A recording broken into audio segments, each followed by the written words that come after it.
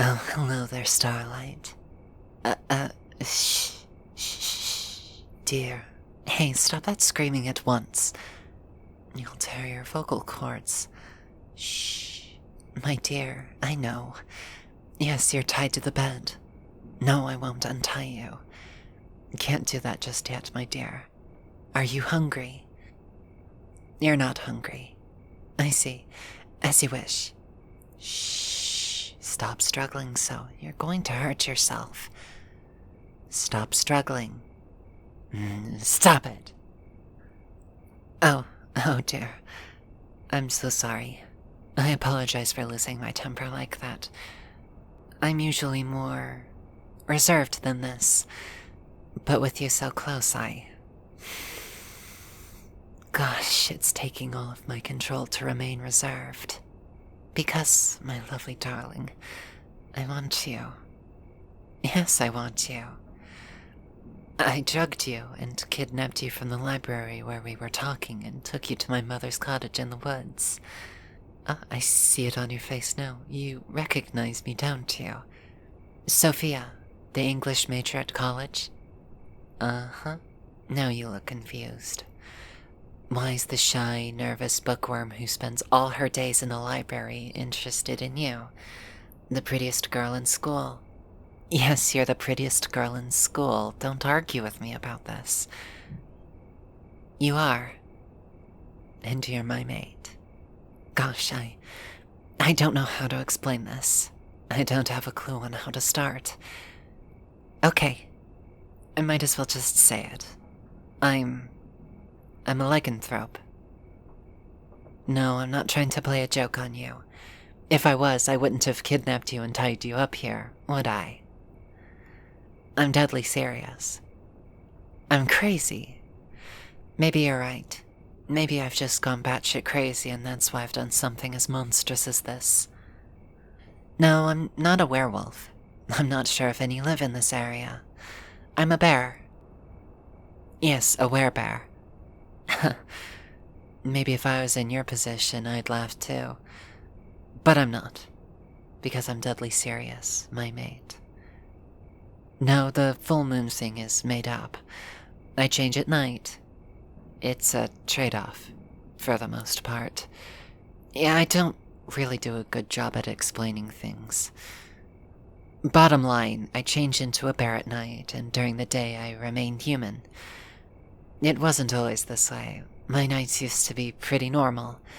I'd study, then stay out of the way, try not to attract attention. My beast was pretty much asleep, dormant, hibernating, or waiting for my destined love. I don't really know. All I know is that when you walked into the library that fateful day, the very second our eyes met, she woke up. That's when it all starts, Mom said. When you find the one, if you find the one, that's when it gets complicated. And she was right. It got complicated. I started daydreaming about you. You beautiful woman, you. And the beast saw that attraction. The bear latched onto it, and it became something more. Something primal. It went from attraction to downright need in a matter of a few hours.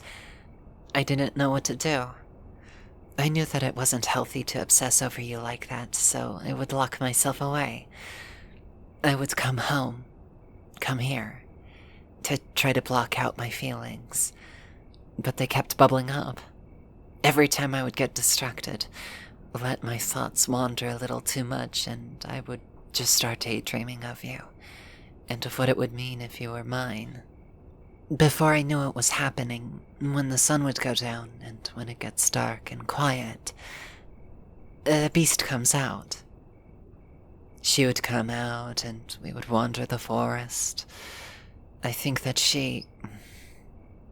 I was looking for you out there.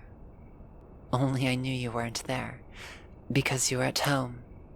But even then, I stayed away. I had some measure of control.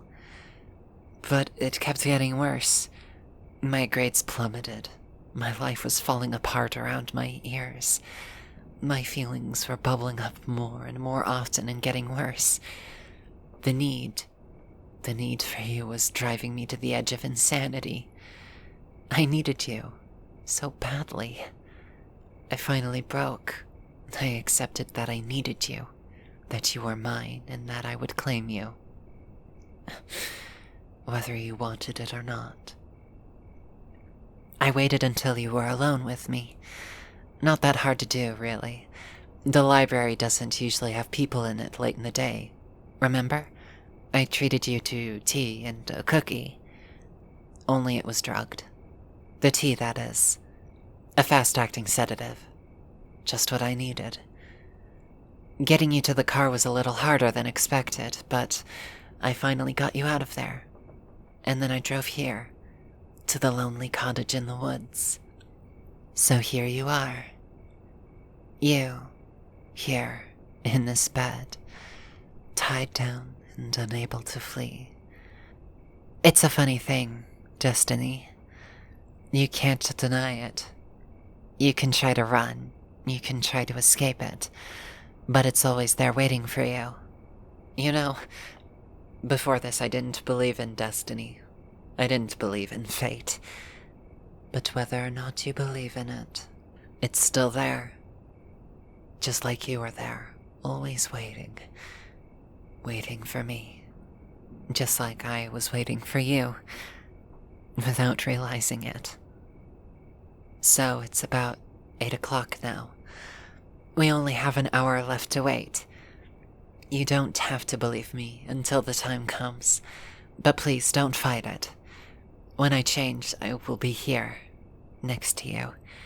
I will have to bite you, but I will be gentle, so long as you don't fight it. Struggle, panic, and try to get away.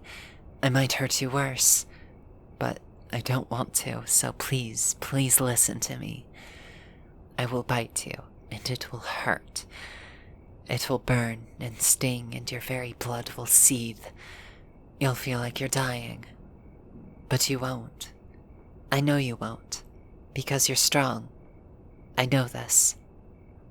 The bear will waken you too, and when it does, I don't want you to fight it. I want you to embrace it. Embrace who you were always meant to be. My dearest, I know. The fear is overwhelming. The prey instinct is so strong in you. You want to flee from here, away from me, but you're trapped. You're trapped and tied down, and there's no escape. But you don't have to be afraid, darling. You will be strong. You will be fast. My beautiful bride. My mate. You're mine. And I am yours. And I love you.